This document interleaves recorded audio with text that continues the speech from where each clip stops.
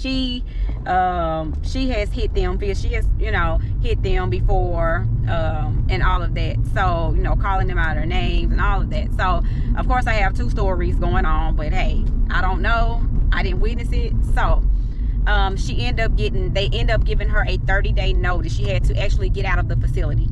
She had to the end of the month to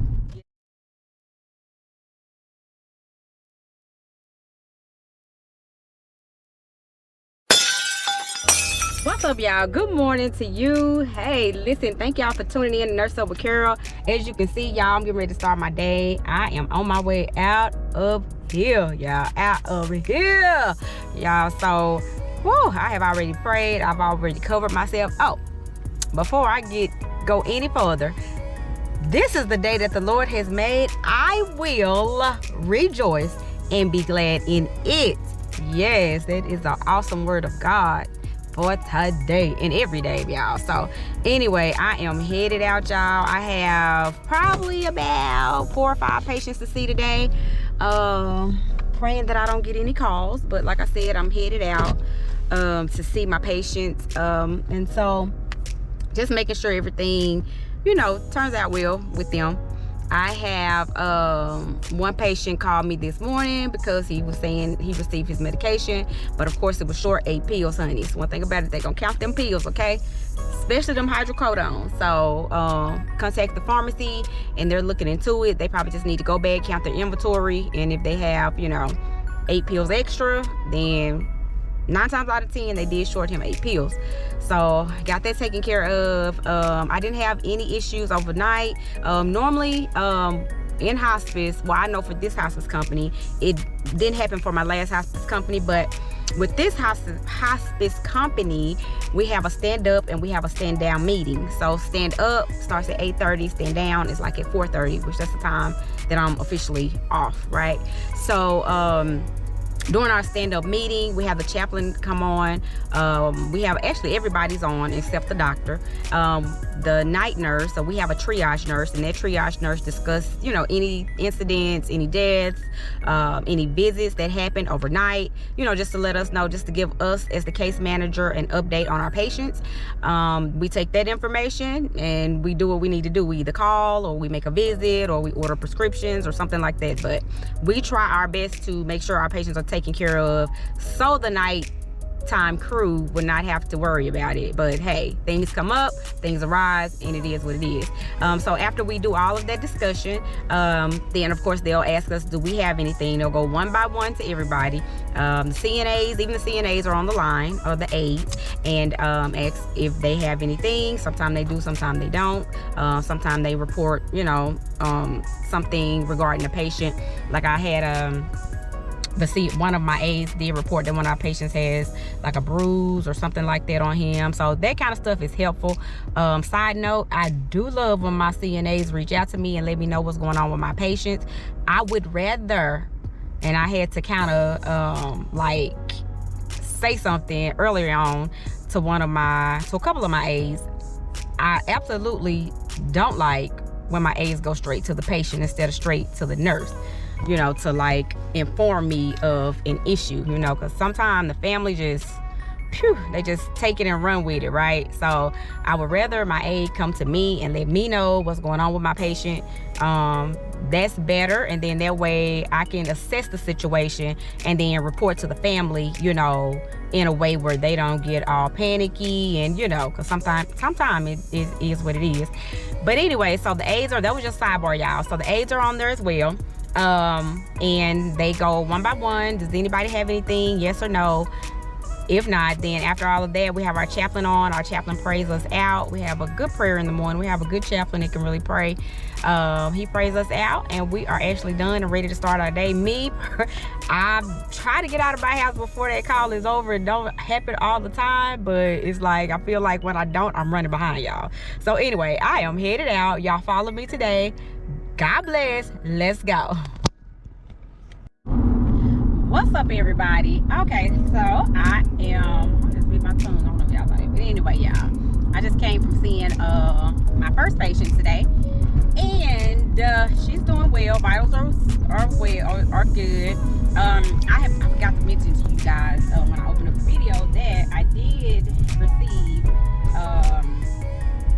from her caregiver. I received some text messages from her caregiver just stating that this patient, just a little history on this patient background. She came to us with a wound on her bottom.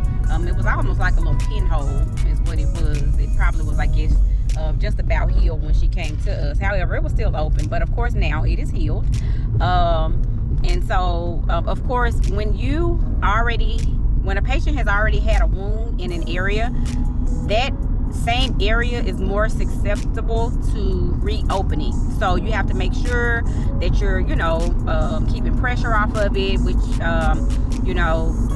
the recommendation is to turn the patient, if they're bed bound especially and not really getting up, to turn the patient every 2 hours.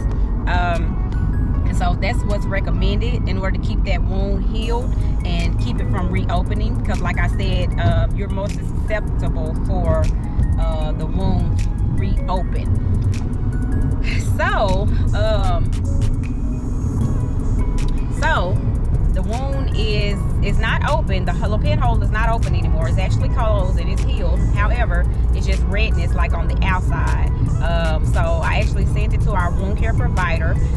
With my company, we don't have wound care providers to actually go to the homes. Mainly, it's the nurse doing his assessment, and then reporting it back to them, and then they'll assess from there. And so I actually reported that to the wound care provider. The wound care provider suggested that we do A&D ointment, and so that's an ointment that can be purchased from your local pharmacy, Walgreens. It's over the counter is what I'm trying to say. So it's not a prescription. So it does not have zinc in it. And so we're going to try that. The wound care provider said it looks more like skin irritation versus pressure or wetness to that area. So we're going to try that A&D ointment instead of the antiseptic cream or zinc oxide cream, because she could just be irritated from the zinc. So of course we're going to do that, and we'll just apply a bandage to it and see how that turns out. So all you can do is, act on it and just see what the response will be. So otherwise, everything else checked out good for her. She does have a suprapubic catheter. So there is a difference between like a vaginal catheter, or a penile catheter, which you stick the catheter in their bladder, going through their vagina area if it's a woman, or going through the penis. So this suprapubic is through the abdomen. So I do. Oh, that is. Okay. So anyway, y'all, sorry about that. But so she does have a suprapubic catheter. Anytime you have a catheter, you are prone to get infections. Infections and catheter go together. Okay, so we try everything we can to make sure, sterile technique when upon insertion, just to make sure that the catheter, that the patient doesn't get an UTI. Okay, but like I said, you are very prone to getting a UTI when you have a catheter.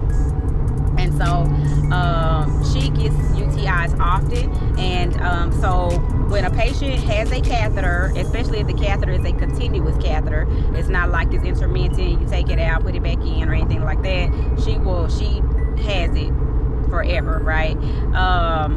So I suggested, when she came onto hospice, I suggested that if we could probably put her on a continuous antibiotic, just a low grade something antibiotic, just to try to keep the infections down, because she does get infections quite often.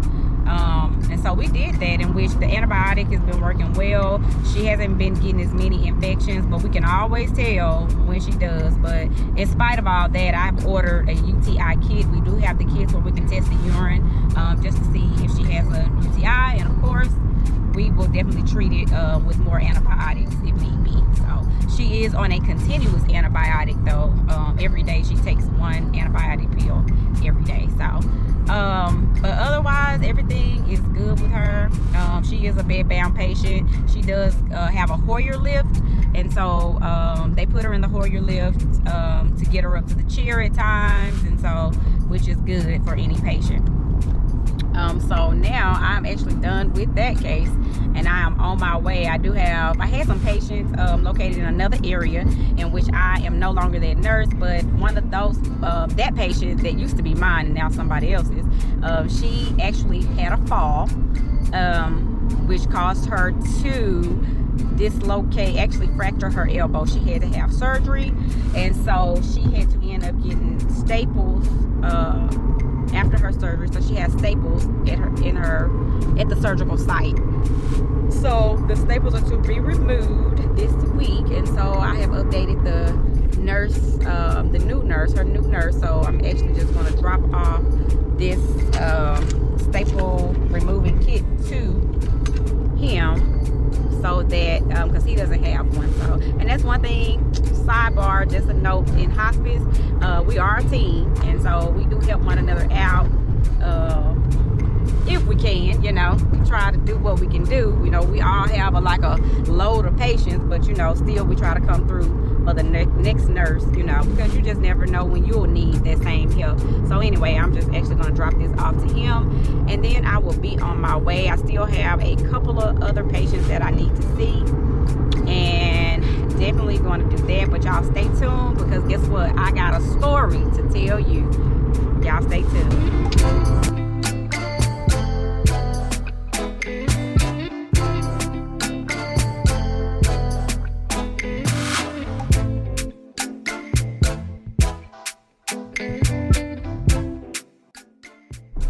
All right, y'all, it is none other than story time. Okay, so I have dropped off my kit to the facility. It's all good, y'all. Now let me tell y'all this story. It's mainly a testimony. So in my last video, I mentioned to you guys about one of my patients that she and the facility, something happened. This is prior to her coming on to our hospice services.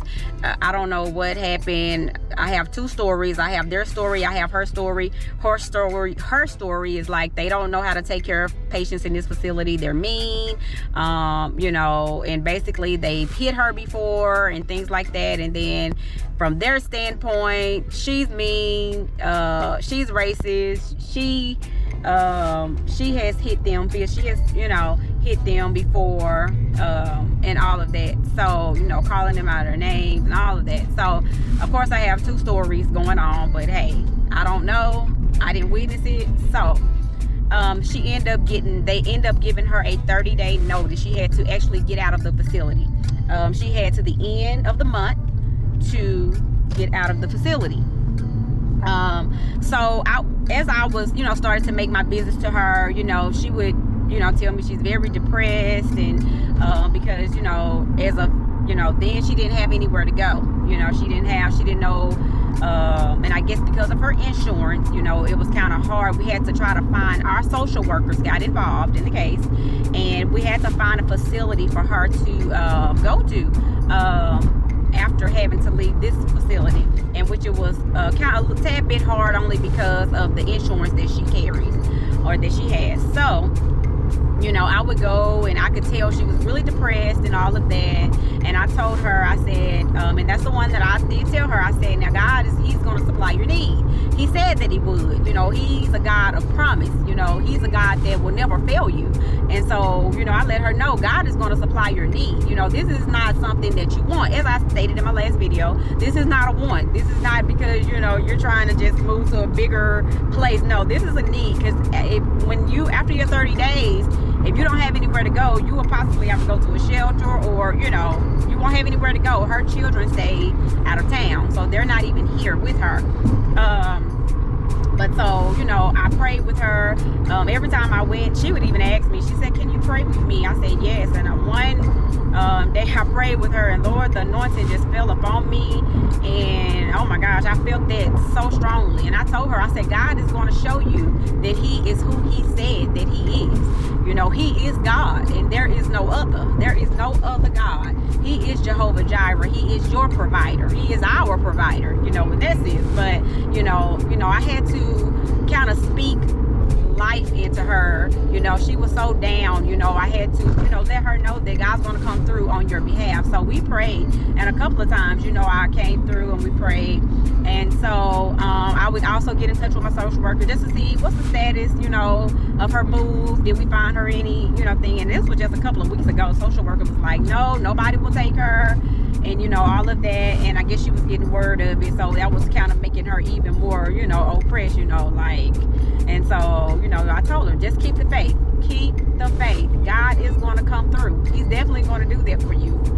So yesterday, I actually made a visit to her yesterday, and she said, well, I have a place to stay. Now see, I'm going to rewind, because she actually wanted to, there was a place that she really desired to go to, which was kind of on my side of the town, which is where I stay. She kind of wanted to go to that facility because it's a better facility, you know, it's very nice and all of that. But she ended up telling me yesterday that she was going to another facility, which was in another part, which was in another city. And which I told her, I said, well, I'll miss you because I won't be the nurse over there. So I hugged her, and she asked me again, will you pray for me again? I said, sure. But just to rewind, I did pray. You know, when we prayed, we did agree. You know, we were trying to get her in this facility so she could remain out this way and not having to go to another city, which is probably about 50 miles away. So, you know, I had already told her, once she told me I did get accepted, hey, you got accepted, to God be the glory. He still moved and said he was going to do what, that he stood on his word. He's going to provide, and he provided that. So, you know, we thank God, and, you know, for all of that.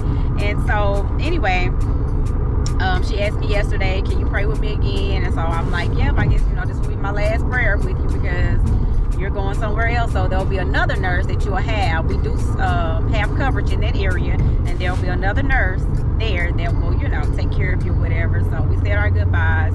Well, then I left her, and I ended up receiving a call from her. And so I was like, yes, ma'am, yes, Miss Steve, yes, how may I help you? So she was like, I got accepted into the facility over there where you stay. And I'm like, really? So that was such a, oh my gosh. I'm like, Lord, thank you. Thank you. Somebody say the prayers of the righteous availeth much, honey. Oh, and I'm sorry, y'all. I feel that one, honey. The prayers of the righteous. Hey, when you living life to please the Lord, he will definitely come through on your behalf, okay? And it don't even take them long, y'all. But so God intervened for her. She got in the facility that she desired to get into, which is out this way, because she did not want to leave from out this way. So of course I will continue to be her nurse. And I just had to come and tell somebody, I wanted to encourage somebody that God will make a way. It may not look like it at the present time, but he will come through on your behalf. And you ask yourself, how do you know he will come through? Because he said it in his word. His word said that he will provide for you. And so, but all we have to do, we have to keep the faith. You know, things happen in our lives for a reason. You know, it's a reason why. We don't always know what's going on behind the scenes and why, but see, God knows the future. And that's something that we don't know and we can't see. So God already knows what's up ahead. So a lot of times God is prepping you. It's something that he's doing. It's something that he's working out. And that's why that had to happen, so that he can come back and prove himself to you that he is God. And so I wanted to share that testimony with somebody out there that is going through, or, you know, you're having to be out of your house, or, you know, there's a bill that, you know, you're worried about that need to be paid. God is going to provide. Do you hear me? He is a man of his word, but you have to stand and believe on what he says. And so that was just so awesome to me. So she's going to this facility out here, which is a very nice facility. As a matter of fact, the facility that she was going to have to go to, that was in another city, she was actually going to have to share a room, and she did not want to do that. But hey, it was somewhere to go, right? But no, God came on through on her behalf and opened up the door where she can be in this facility out this way where she is. And she has her own place, she doesn't have to share a room. So God worked that thing out, and I just wanted to come and share that testimony with you guys. What's up, y'all? I'm back. You know what? I don't know why I come this way every time and I forget to pass up this exit every time, y'all. Again, here we go with all these trucks. I can't stand it. I can't do it. I don't know why I do this every single time I come through this traffic, y'all. But anyway, I just got done seeing a patient, and now guess what it's time for, y'all? It's time for my lunch break, and we know what we do on my lunch break, honey. Ha! Stay tuned. You'll see. You'll see.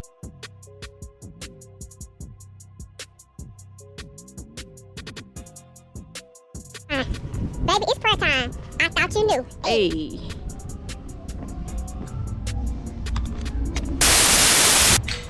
What's up, y'all? Hey, guess what? I'm ending my day, y'all. It is time. Let me tell you, prayer was awesome. I enjoyed it to the utmost, honey. God had his way. But now it's hot out here and it's time to go in, and I am headed that direction, y'all. Sorry y'all can't see me. Let me get back here. So anyway, y'all, I'm going up here to finish doing what I do, get on my computer or the meds chart and whatever. Thank you guys for tuning in. God bless you, and I'll see you next time. Peace.